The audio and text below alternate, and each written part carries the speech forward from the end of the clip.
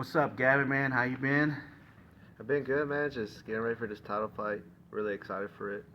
Yeah, before we get to that, man, let some of the people that how you started your MMA career. When I first started, I was about 10 years old, but Henry and Carl were my coaches at the time. And when I turned about 13, that's when Henry took over the gym. And instead of when I first started, I was always learning karate, kickboxing. But Henry, he taught me how to put it together, takedowns, grappling, jiu-jitsu, and Carlos became my strength and conditioning coach. But as I got older, they became more than that, like pretty much my second parents. Because growing up, my dad and my mom, they always had their bad habits towards each other, and it's like they didn't really care where I was at or what I was doing. I could come home at any time of the night and they wouldn't say nothing. With Carl and Harry, they always cared about me, check up on me. They still do to this day, and I'm 20 years old. Man, that's awesome. Not a lot of kids get to have that opportunity. Henry, your coach, he fought too a little bit. What kind of advice did he give you? Once you started getting serious about your MMA career. The advice Henry would give me, he would say, if you really want this, keep your eyes on the prize. He said, it's just you, man. You ain't got no kids. You don't have a girlfriend. Keep your eyes on the prize.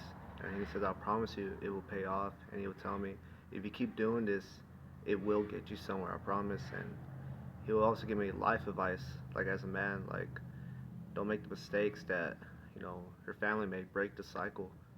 Be better. Learn, learn from your family, and don't do what they did. And he's pretty much like a dad to me, and I love him a lot because honestly I never really had that growing up. Not saying that I didn't have a dad. I love him. I love my biological dad, but he didn't really give me the advice that I needed. Instead, my dad, his bad habits were drugs and women, and when it came to that, I wasn't really on his mind. Like I said, I was at places where I shouldn't be, but he didn't really care about it. And being young, how do you keep focused? Because it is real easy to stray off the path.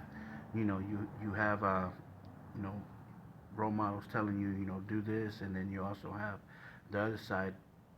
Hey, let's go over here. How do you keep focused at a young age?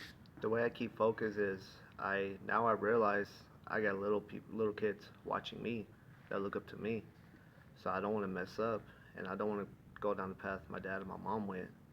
And I got three little brothers that look up to me, and I love them so much. I used to take care of them when I was 10 years old, and I want them to be able to look at me and be like, "That's my older brother. He's teaching me this. He made it." Because growing up, I didn't have my older brother.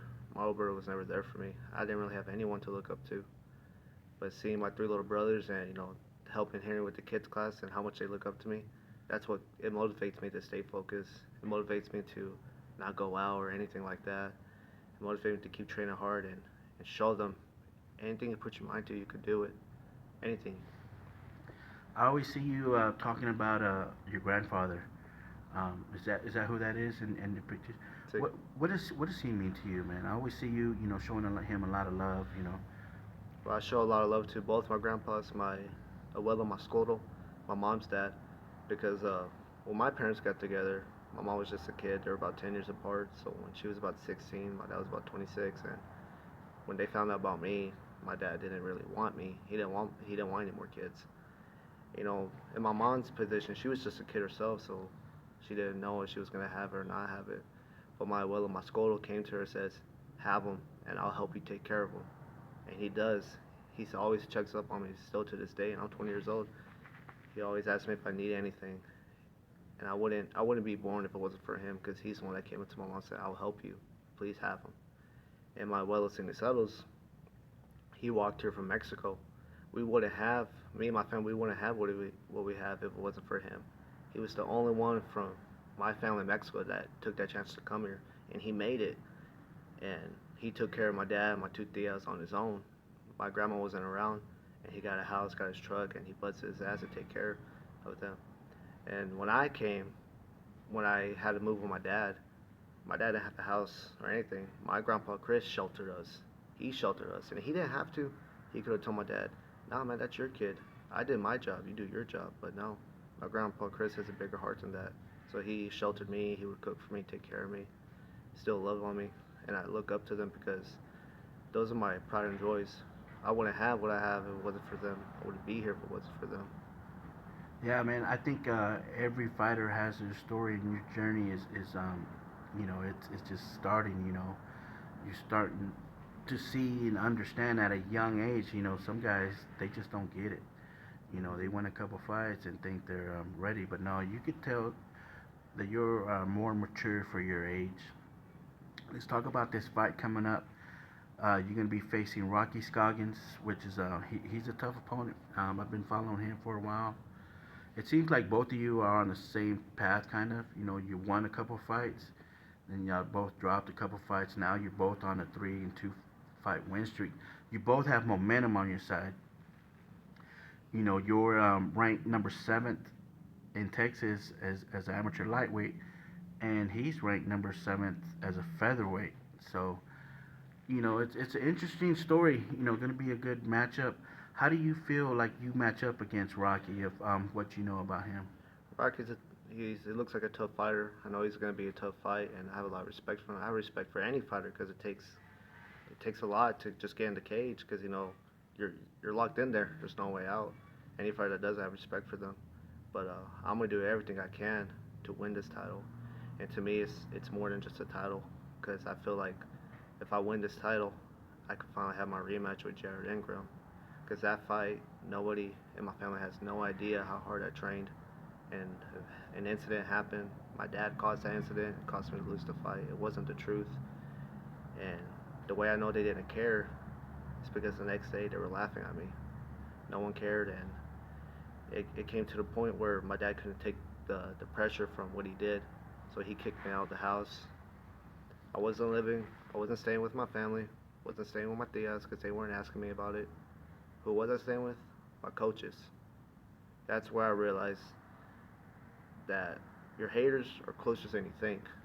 Your family will fuck up your career. And I learned a lot from that fight, and I do believe everything happens for a reason. So, maybe that had to happen for me to get this title fight. But I'm not going to forget what happened. So, me fighting Rocky Scoggins, it's more than just a title. I got to beat him to get my rematch. And I can't say how I'm going to beat him. I don't know what's going to happen in the fight. I just know I'm not going to lose. I'm going to make sure my hand's raised by the end of the match. And he says he's going to knock me out, but he's not going to. I've been hit so hard in life, even physically, he's not going to knock me out.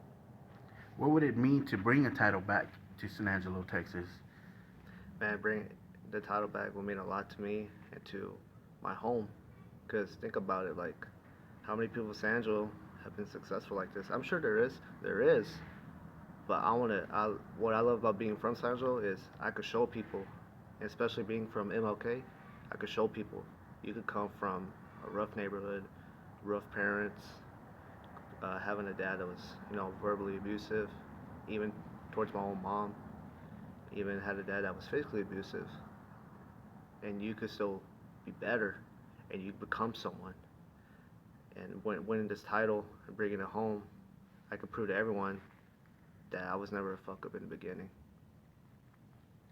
Looking forward to this fight. It's going to take place May 21st at Texarkana for Peak Fighting, Peak Fighting 19, man. How's the promoter, been with you? I know Peak Fighting is an up-and-coming fight promotion, that they put on great shows, their fights are really good. When you first went up there, new promotion, how was that experience? It was pretty cool. I liked it. The promoter, he's a cool guy. I like him. He's a nice guy, and that promotion's real professional. I like how they have their setup, and after you make weight, they got water, everything you need after weigh-ins. That's what I like about them too. And they're good people. Even the fighters were nice to me, and I really want to stick with them. Of course I'll keep fighting for other promotions, but when it comes to Peak Fighting, and they got an opportunity for me like this title fight, I'm like, yeah, let's do it. Gavin, how often do you want to stay busy, this year, with the fights? You got a big opportunity here. If you're successful, you'd have to defend it. But you know, how much time do you want to take in between fights so you're fully prepared to take on the next challenge and So, so on? so now after this fight, of course, I want to defend it. But, I just need a 1 week break, and that's it. I'm ready to get back to it. I'm not the guy to take a month vacation or anything like that. Just give me a week, and that's it. Even a week feels too long for me. 3 days, I'm ready to get back to the gym. But it's just whatever the date is. If I win this title, or when I will win this title, and they say, hey, you gotta, we want you to defend it either in August, September, or before that. I'm like, all right, let's do it. I'm ready. I stay ready. Man, I can't wait for this fight. It's going to be a huge fight. May 21st, Peak Fighting 19 in Arkansas, Texarkana. I think you get the tickets at peakfighting.com. Hey, Gavin, I appreciate you sharing your story. You know, it's pretty deep, man. Touches close to home. Any shout outs you want to give out to family, friends, sponsors, anyone? Carla, Henry, I love y'all. Thank y'all for everything y'all do for me. My sponsors, thank y'all for all the support, all the benefits y'all give me, and my family, my hometown. Get ready for May 21st because I'm bringing that title home. And my abuelo, my Scoto, and Angelo Ceniseros, I love y'all so much. Can't wait for y'all to see me with my hand raised. Gavin Ceniseros, I appreciate the time again, man. Thank you so much, man. Best of luck to you on May 21st, brother. Yes, Can't sir. wait to see you. Thank you.